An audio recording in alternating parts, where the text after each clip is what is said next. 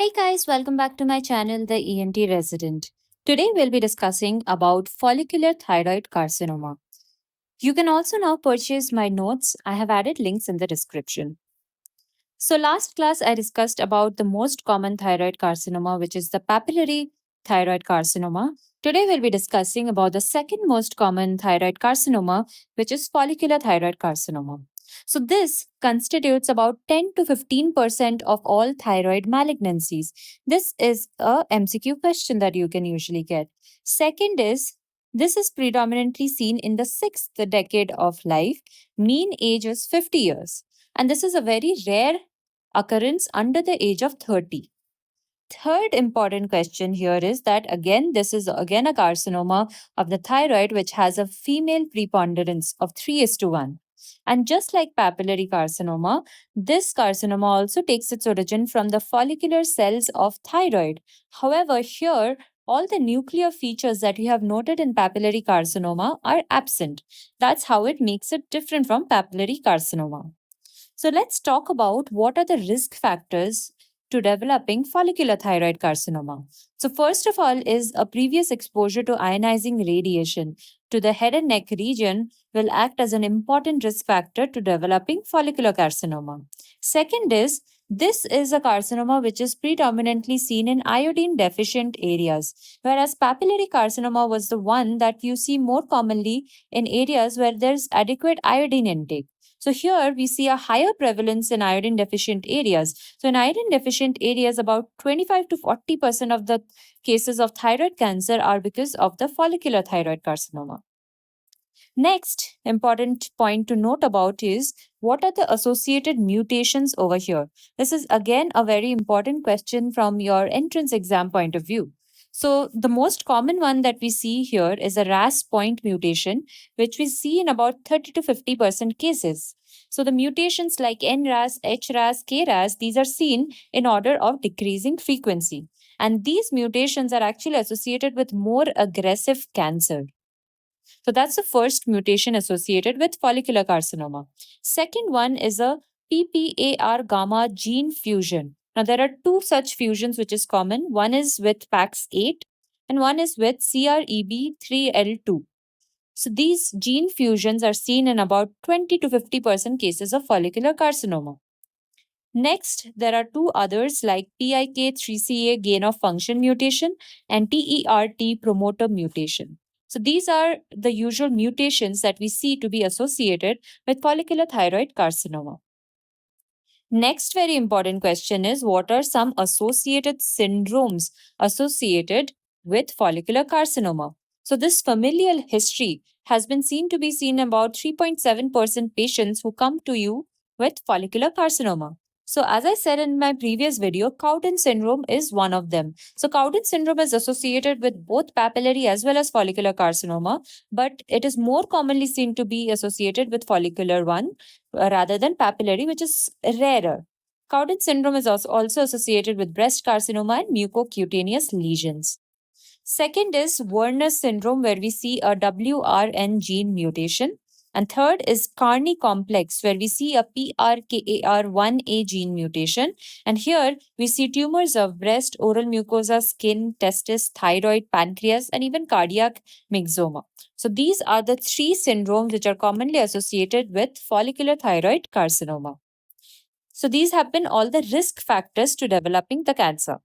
Next, we'll talk about what are the clinical features that you'd be seeing here.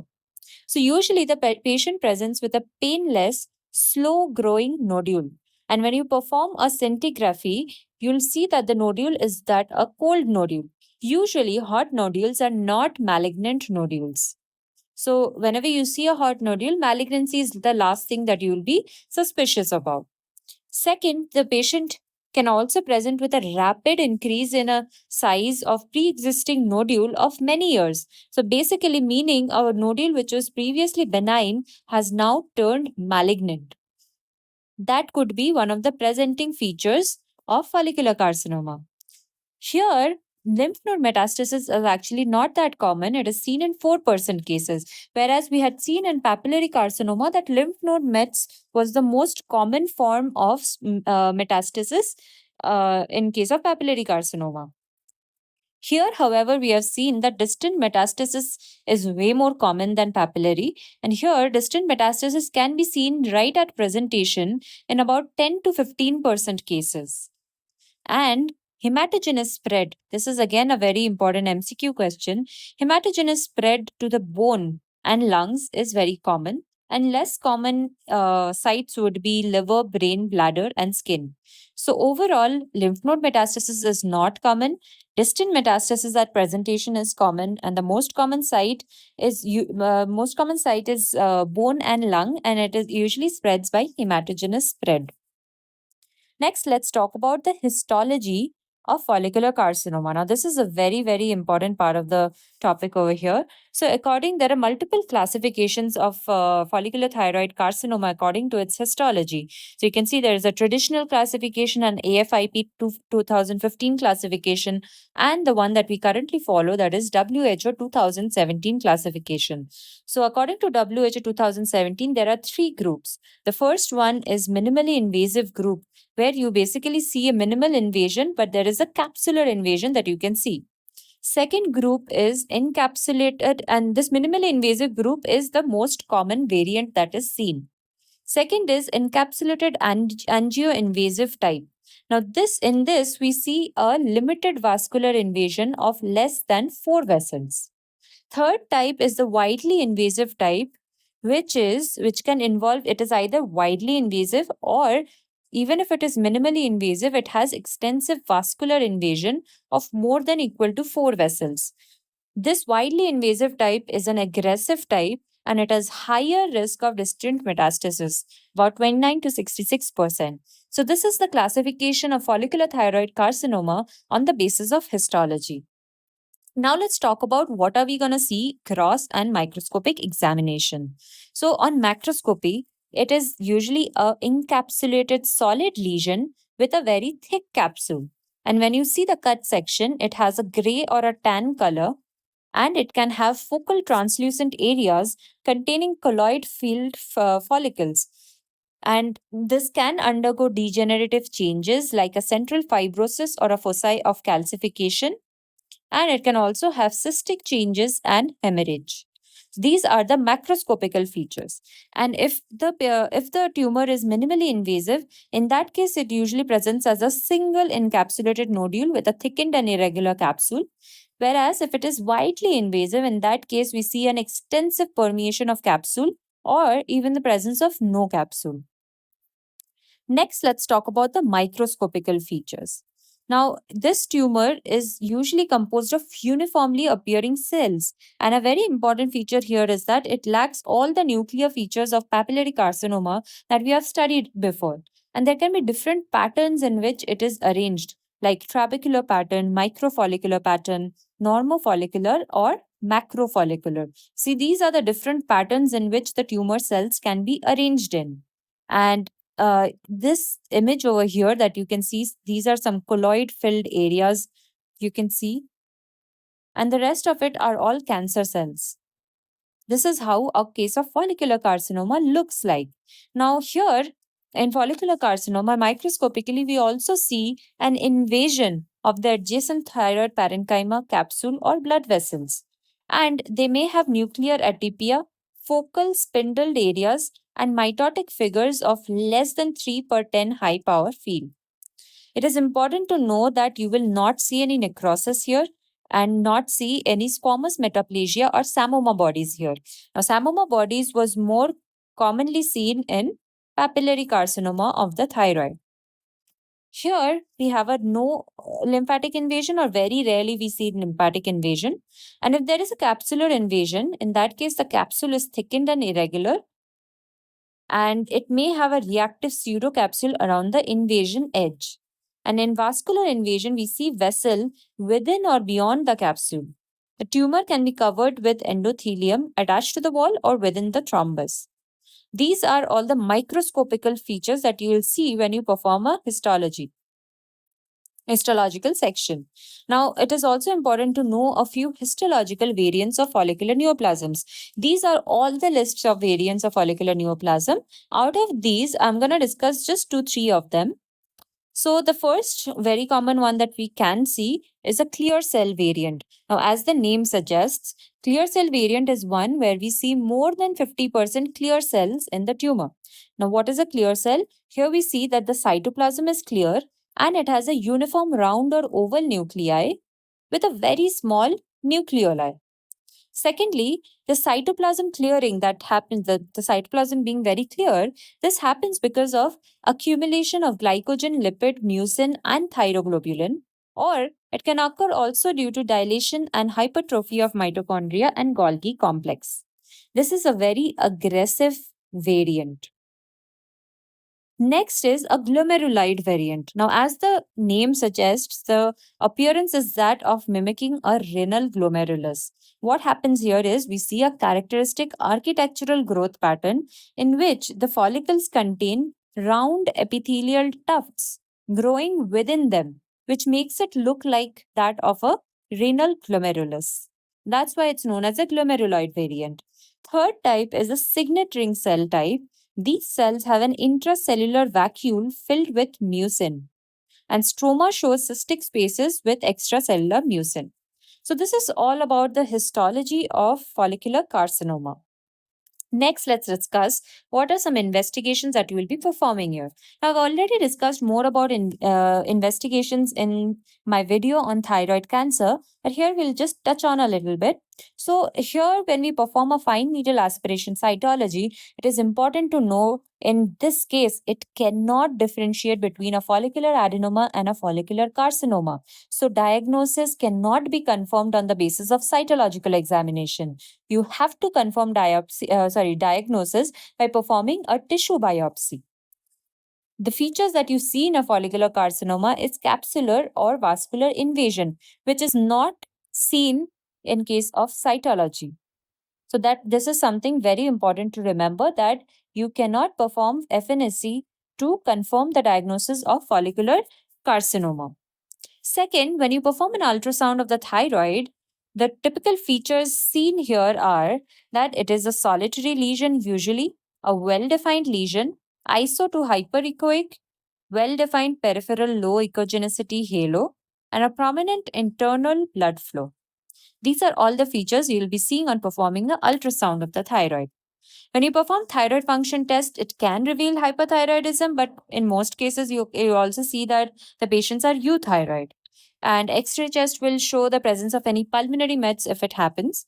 CT or MRI is done to see the extent of the disease or any retrosternal extension of the disease. And a bone scan is done again to check for metastasis. These are all the investigations that you perform in follicular thyroid carcinoma. Now let's talk about the treatment aspect. Now, treatment of follicular thyroid cancer is the same as that of papillary thyroid cancer, where thyroidectomy is the mainstay of treatment. Only if there are certain features like the tumor being less than 1 centimeter, or it is a unifocal tumor with no extrathyroidal extension and no lymph node mets, in that case, you can consider performing a hemithyroidectomy. But however, more commonly, total thyroidectomy is done, and the indications for it include a tumor more than 4 centimeter size, extrathyroidal spread, confirmed nodal or distant mets, older age of more than 45 years, history of radiation, familial differentiated thyroid cancer, adverse histopathological features, macroscopic multifocality, poor differentiation of the tumor, and if the age is less than 45 but the tumor size is more than 4 centimeter. These are all the reasons why you would perform a total thyroidectomy. Second is neck dissection. Just like papillary carcinoma, there is no need for performing a lateral neck dissection, but a central neck dissection is performed when the tumor is more than 4 centimeter. There is extrathyroidal extension, aggressive histology, and clinically or radiologically positive nodes present. These are the reasons why you will be performing a central neck dissection in a case of follicular carcinoma of thyroid.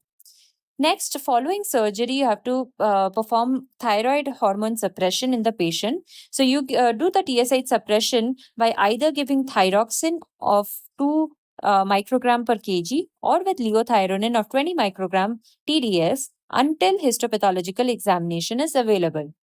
Last option is radioiodine ablation. Sorry, it's not the last, there's another one.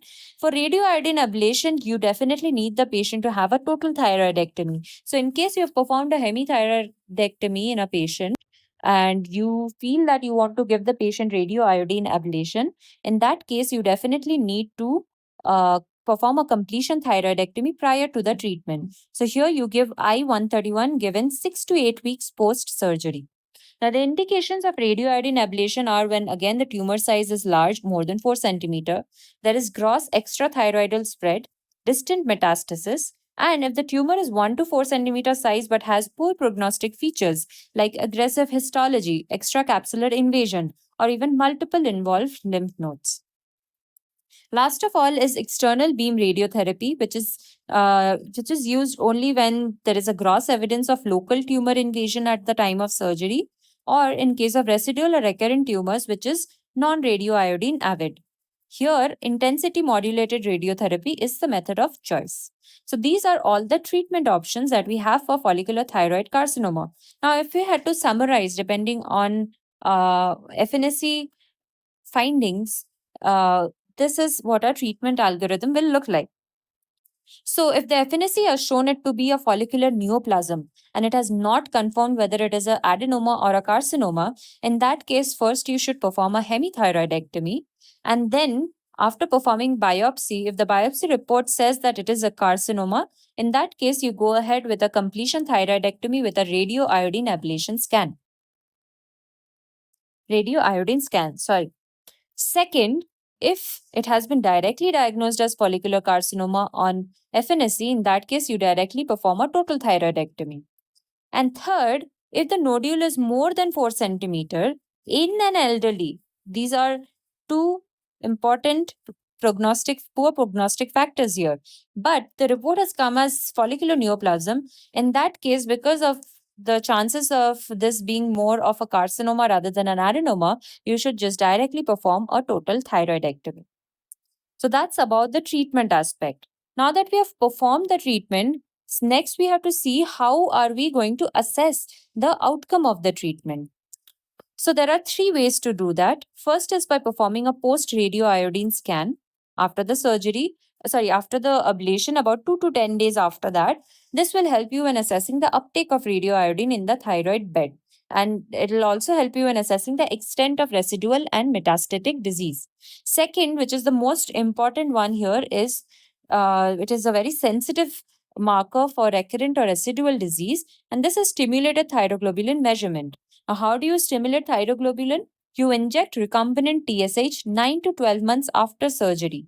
And then, when you check the stimulated thyroglobulin, if it is less than 0.5 microgram per liter, then it is disease free.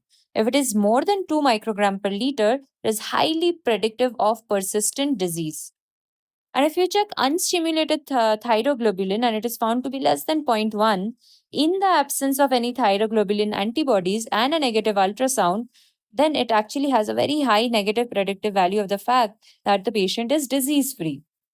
The last modality to check treatment outcome is a CT scan, but this is not usually done. We only do it when if measurement of serum thyroglobulin has been very unreliable, or when post radioiodine ablation scan shows an uptake beyond the neck. So these are the different ways that you assess the treatment outcome in the patient. Now, to follow up the patient, we'll divide the patients into three categories. The first category is patients who have an excellent response to the treatment. Now, what is the criteria for coming under this category? These are all patients who have had surgery and radioiodine ablation, and their stimulated thyroglobulin has been less than 1, and they have a negative ultrasound. So, in all of these cases, we'll do an annual thyroglobulin assessment and we'll make sure that the TSH is maintained between zero point 0.3 to 2 milliunits per liter. At any point, if there is appearance of thyroglobulin antibodies when they were previously actually absent in the patient, or we see a gradual rise in the thyroglobulin antibodies, that will be indicative of a recurrent disease. Second group of people are the patients who have an incomplete response, meaning their stimulated thyroglobulin is more than 10 or they have a rising thyroglobulin concentration. These patients may have recurrence in the neck ultrasound. So, what we do here is we'll first be performing an ultrasound. So, if nothing comes up on ultrasound and it is normal, in that case, we'll perform a CT scan or a MRI. If that also comes negative, we'll perform a PET scan. If that also comes negative, then in that case, we'll perform a I-131 scan and we'll check for evidence of any surgically resectable disease. If we do find a surgically resectable disease, then we'll perform surgery. But if it is not possible, in that case, we go ahead with radioiodine therapy with a TSH suppression indefinitely. That's how we follow up patients who have an incomplete response. Third group is the patients who are in between, who have patients with indeterminate or equivocal response. So here the criteria is that the stimulated thyroglobulin is 1 to 10 microgram per liter with non-specific changes in neck USG. These patients, will be reviewing them with serial thyroglobulin measurements and ultrasound to detect for any recurrence happening in the patient. The TSH has to be maintained between zero point 0.1 to 0.5 for at least 5 to 10 years. So the follow-up of the patient has been the same as that what we'll do in a case of papillary thyroid carcinoma. Last of all, let's discuss about the prognosis. Now, certain poor prognostic factors here can be divided into clinical factors and pathological factors. Now, poor clinical prognostic factors are older age group of more than 50, males, large size of more than 4 centimeter, extrathyroidal extension, and distant metastasis when initially diagnosed. And pathological prognostic factors include vascular invasion, capsular invasion, anaplastic transformation, and a trabecular growth pattern. So that's all about follicular carcinoma. In my next class, I'll be discussing a very short one about Hürthle cell carcinoma. See you in my next class.